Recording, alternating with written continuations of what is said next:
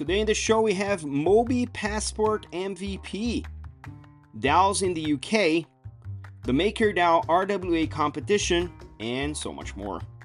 I'm your host, Mauricio Magaldi, and this is Blockdrops, your weekly digest on blockchain for business. These news are not a form of endorsement, sponsorship, or encouragement for consumption and are meant for educational purposes only. In the first drop today, we're going to cover something we haven't covered in a while, which is the use of blockchain, permission blockchain, for particular niches in the industry. Today we talk about the MOBI MVP for their global battery passport. MOBI is an automotive industry consortium established by big names like Denso, Honda, Mazda, and Nissan, and many more, that started back in 2016 trying to leverage blockchain technology to establish interoperability across the automotive industry. And they have done a lot. They have done all sorts of standards that they have established, such as the battery passport standard we're going to talk about today, but also they have vehicle identity, they have emissions tracking for traveling and for the supply chain, and they have standards for vehicle finance using blockchain as the means of exchange. So they are OG in the sense that they have been around in the industry for a very long time, and this week they completed the first phase of the Global Battery Passport project. In this stage, they implemented what they call the Integrated Trust Network, and it's an identity service which allows companies to exchange battery identity and data on a peer-to-peer basis.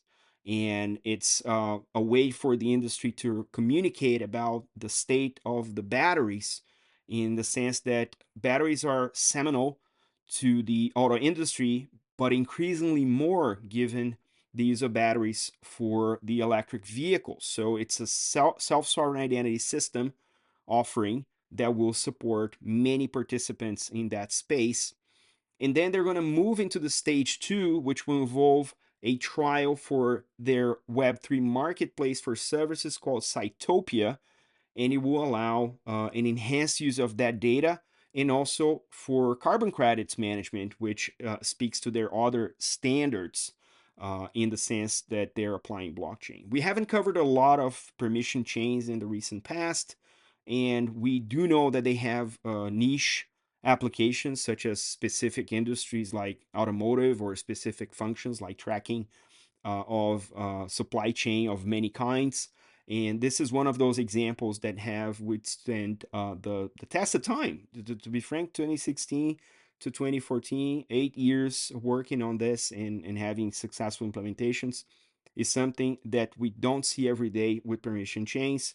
And it's interesting to see how this is going to affect in any shape or form any other industry. In the second drop, we're going to cover something very interesting that's developed recently in the UK, specifically the Law Commission for England and Wales. And I'm going to steal a page from my good friend Victoria Thompson, technology lawyer extraordinaire, and she did a little bit of a digest on the recent development. So the paper is a paper about the DAOs in England and Wales, and it covers quite a few things very interesting. So it's a beginner's guide to DAOs. It goes from philosophical development, the technology that it's involved, the concept of a spectrum of different DAOs that cover different taxonomies. It also discusses potential legal implications of DAOs under the existing laws, whether any types of liabilities can be attributed to DAOs and their participants, especially when you're in a DAO but you're not aware of the legal constructs that precede the DAO construct. It goes into potential legal entity types that could be used as a DAO structure in terms of how they can behave in what they call here the hybrid arrangement. It also assesses how attractive England and Wales are as a jurisdiction to existing DAOs in areas of regulation in England and Wales that may impact DAOs when it comes to other types of regulations for money laundering, financial services regulation, and taxes. Um, Also, a very interesting takeaway set from Victoria here is that the paper doesn't really point to an immediate need to develop specific legal entity type for DAOs. That's by and large because the UK legislation, or more precisely, regulation, is principles based, is not litigation based. So as long as the principles are in line, you should be within regulation. It also points to some adaptation or some revision, potential revision of the Companies Act of 2016. Well, in 2016, there were no DAOs, so how does that play against the current construct? It's very interesting. I think this is something that will still take place. There are potential introduction of a specific type for non-for-profit associations that are governed in a DAO format, which is pretty interesting and very enabling for some of the things we see in crypto. And obviously, the potential interaction between those new formats and the DAO concepts versus existing other existing regulations across other markets as well.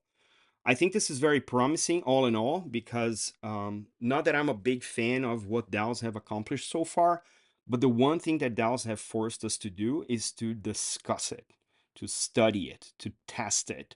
And I think it's a little bit of a testimony to UK lawmakers that they are leaning into the current state of DAOs and trying to make sense of what they are and what they could be when it comes to the regulation in the UK specifically. So, another point to the UK regulators in this so called pursuit of becoming Europe's crypto hub. In the third drop today, we're gonna come back to talk about MakerDAO. MakerDAO, the one of the most prominent DeFi protocols in crypto. We've reported on a bunch of MakerDAO news recently. This is very interesting. This kind of confirms the role that MakerDAO is trying to play in what we could call Web 2.5 or DeFi mullet, right? DeFi mullet is that meme from crypto where you have the DeFi in the back and TradFi in the front, meaning that you're running your business on a DeFi rail or DeFi protocol supported by multiple DeFi protocols, and then in the front it looks like TradFi. And MakerDAO has been doing this for quite a few years now, and this piece of news is very interesting. They announced that they are opening a competition to invest $1 billion of their reserves in tokenized US Treasury offerings. And that kind of spiked the interest of very big names in what we can consider is the current RWA blue chip projects. First one is BlackRock with Securitize, then Ondo Finance, and Superstate. And they all are prominent RWA tokenization players. And partnering with MakerDAO is obviously not a surprise, particularly in the sense that this is pouring in $1 billion of reserves in terms of more tokenized treasury in the sense, right? The plan is obviously changing the strategy of MakerDAO Reserve for the protocol. And this is obviously part of the MakerDAO end game plan that we've reported here a few times. And is also part of the wider RWA play that we've reported many a time in the show. So this all seems consistent and is interesting to see a crypto project of this magnitude. Right now, they have 5 billion issued in DAI. It's the USD pegged stablecoin from the protocol. So it's very much in line with their strategy. So we have here a couple of quotes from the people interested in this contest, this competition from the CoinDesk article. First is Carlos Domingo, CEO of tokenization at Securitize, and they're going in with BlackRock as their issuance partner. Cardo says, and I quote, "We think this is a very good move from MakerDAO, and we are excited to participate with BlackRock's build. As the leading tokenized treasury issuer, we will certainly apply," end quote. Robert Lashner, who's the founder of Superstate, told CoinDesk the following, and I quote, "Superstate's USTB is an ideal partner for MakerDAO. We're excited that MakerDAO is creating an open process where we can introduce USTB to the community," end quote.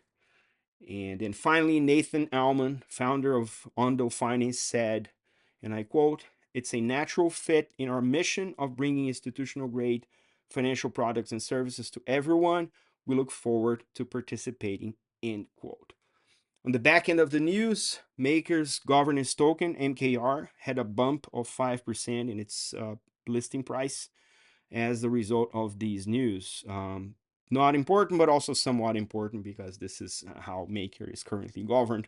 And as we reported, some more changes are going to come in terms of how DAI exists and how this whole thing will unfold as part of the endgame plan. And we're going to continue to keep tracks on DeFi. This is pretty very interesting subject for us in the show. And I hope we can continue to see innovation and integration coming out of the MakerDAO camp.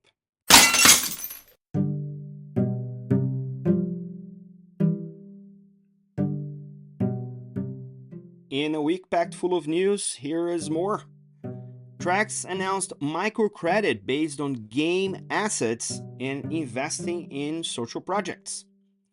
The new JP Morgan report, Web3, a new era for social commerce, dives deep into using crypto as a payment. Agrotoken is joining forces with Tanssi to transform Agro-Finance in Brazil and Argentina using Tanssi's app chain platform. The Cardano stablecoin USDA will resume its launch under new ownership by the Encryptus team. And finally, Zodia Custody, the crypto custody arm from Societe Generale, is now going to support the tokens from MOBI Finance and will also serve as the custodian to the lending collateral for the MOBI protocol operations.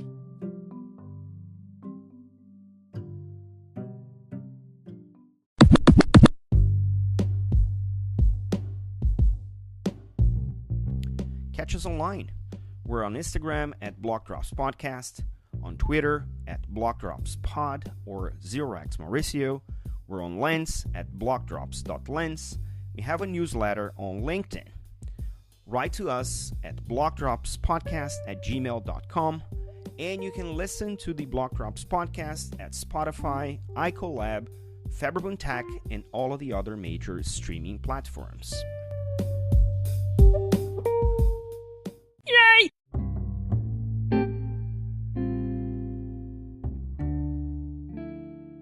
Shoutouts today to the people who shared the links you will find in the episode notes. Aline Fernandes, George Cassis, Thiago Rudiger, Victoria Thompson, and Kate Tolley. Don't forget to leave the ratings on your favorite player. This is all for today. Stay rare, stay weird. LFG.